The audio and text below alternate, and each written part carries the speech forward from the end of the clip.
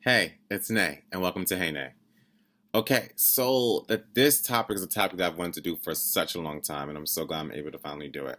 Um, but the title is called Cohabitating and Dating. So, in other words, for those of you who may not necessarily know what cohabitation means, it means living with your significant other. Um, and what I will be mainly focusing on is living with your significant other and not being married. Okay, here's the first question.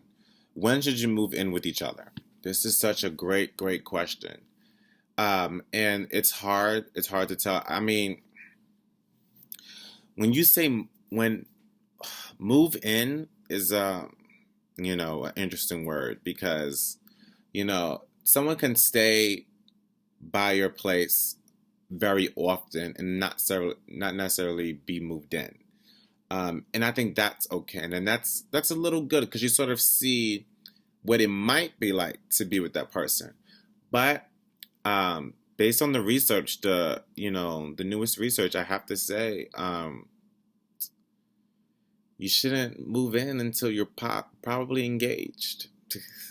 And I know certain situations, certain circumstances, um, cause people to not necessarily do that, but um, it's better. It's better, especially if this is someone that you want to be with for a long period of time. This is someone that you potentially see a future with. You probably shouldn't move in together unless you're engaged. And I'm going to talk a little bit more about that. But I'm going to answer this other question. Okay. How should you handle the situation if you want to break up with someone who you live with? Do you see what I'm saying? Do you see? Because this can happen too. How do you handle the situation? Well, whose name is on the lease? First of all, that's my follow-up question. Whose name is on the lease?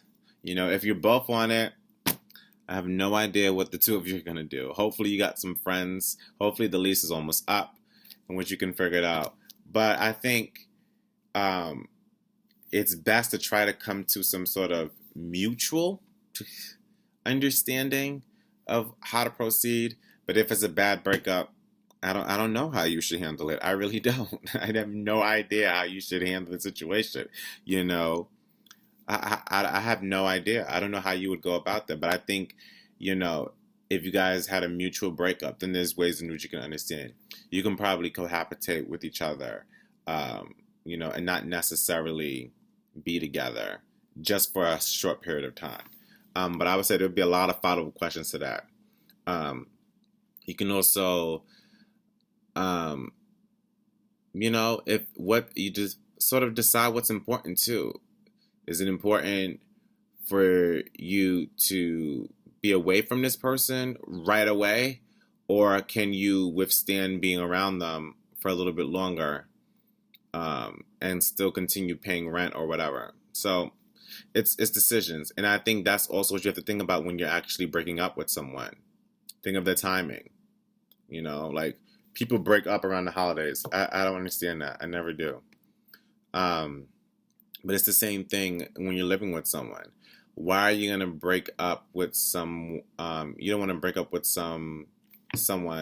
Day two of moving in. You're like, you don't want to do that.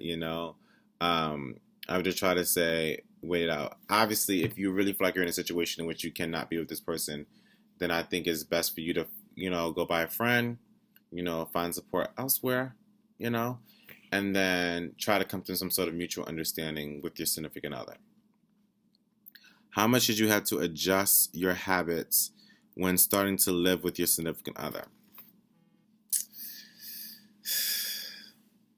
I have to say a lot. You have to adjust a lot, because everyone is used to living a certain way. So it's so hard to come to have someone sort of go your way or you go their way. You have to form a new way together. You have to form a joint way. And it is difficult, I must say. I think trying to figure out, what you can tolerate, what you can't. Like someone, who leaves the toothpaste cap open. or someone who leaves hair in the drain, and so you have to. I would say, as long as you're trying to be considerate of your significant other, then you won't come into these problems. Um, and for those of you who know this, like, before you move in someone, you already have an idea already. Well, you really should have an idea already. So some of us may know our significant other is a slob. If you know your significant other is a slob, why are you expecting something different when they move in? We can't do that. So you know, deal with what you can. Um, talk about what you can. If something really bothers you, then say it. Communicate that. But it is a give and take. It's definitely a give and take, and I think that's how you should view it. It's definitely a give and take. But the money thing is also a thing. Money thing is also a thing. I don't know how the situation is if one person is paying for everything or the two of you are paying for it together. But if someone comes up short or someone is withholding, how do you deal with that situation? Yeah, these are conversations that you need to have. A lot of people don't really talk about money too much until they actually end up living together. So these are conversations you need to have a little bit earlier. Definitely before you move in together.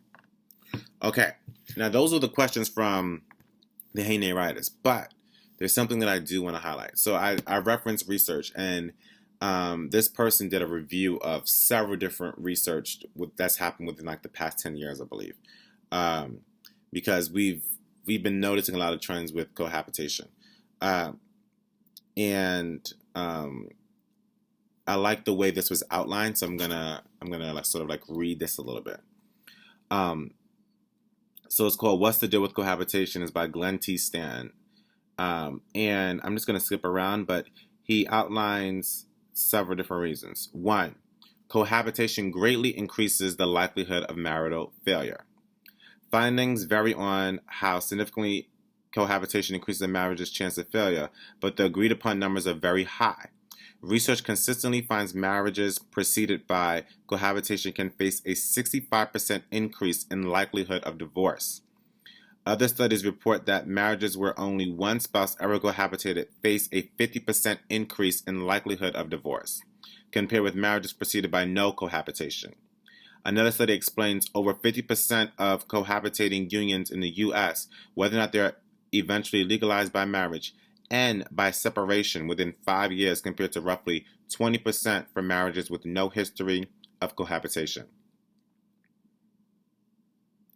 2 leading reasons. Reason number 1, lack of commitment. Research over the past 10 years has come to, look at that, I just know that, but okay. Research over the past 10 years has come to good conclusions about why cohabitation is associated with greater risk of divorce. A key answer is centering on commitment.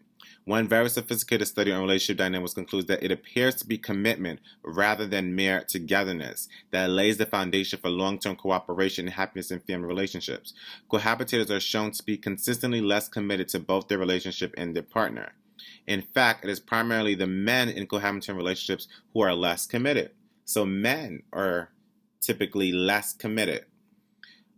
Scott Stanley and Howard Markman, leaders in the field, explained that men who cohabit with their wives are on average a good deal less dedicated to their wives even once they are married. It is quite notable that this difference was not observed at all in females. They warn practically, the data hint at the importance of women giving particular consideration to the interpersonal commitment levels of the men they are dating, living with, or marrying. Very interesting. Reason number 2, cohabitation teaches unhealthy relationship skills. Interesting, right? You want to know why? I'm going to read it. Couples who cohabit before marriage tend to exhibit more negative and less successful problem-solving skills and partner support behaviors than married couples who did not cohabit. Scholars explain both husbands and wives who cohabited were more negative and hostile than their counterparts who did not cohabit. It is hypothesized that the lack of relational clarity and commitment between cohabitants is more likely to foster more controlling and manipulative interactions as a means of keeping the relationship together.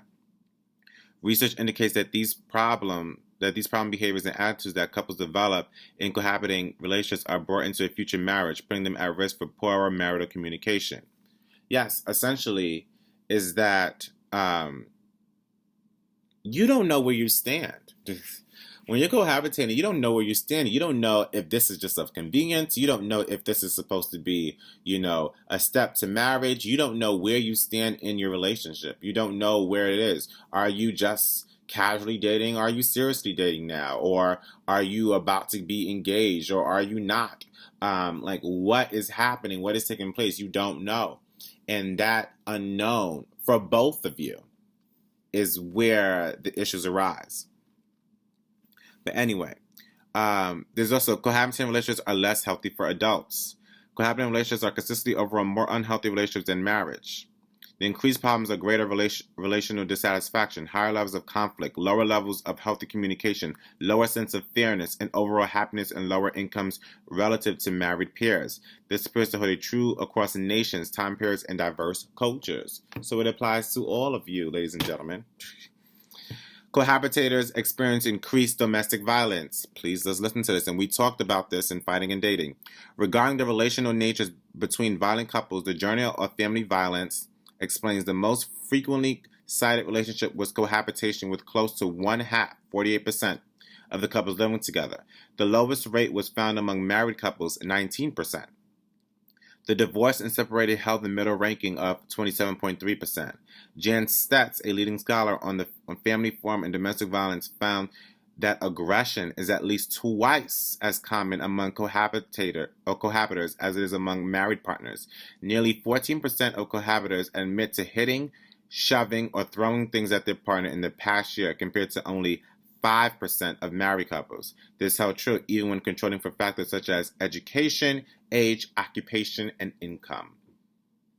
So, if you're starting to see signs of violence, you may not even have noticed that this person is capable of doing this.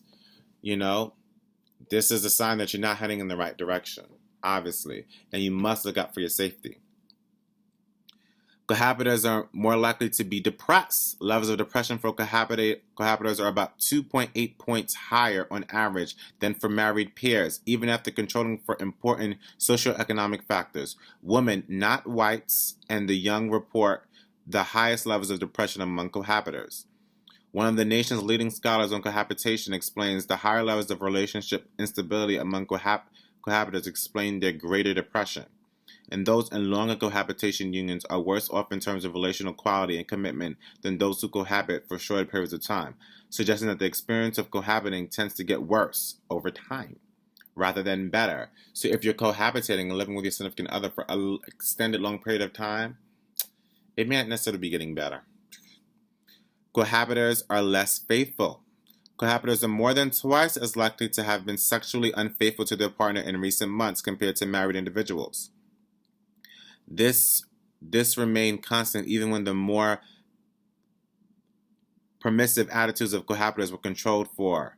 The researchers explained that lower relational satisfaction found more often among cohabitors associated with greater infidelity. Also, marrieds have more invested in their relationships, both by public commitment and facing higher exit costs should their infidelity end their marriage. So there's a lot more costs when you're in a marriage.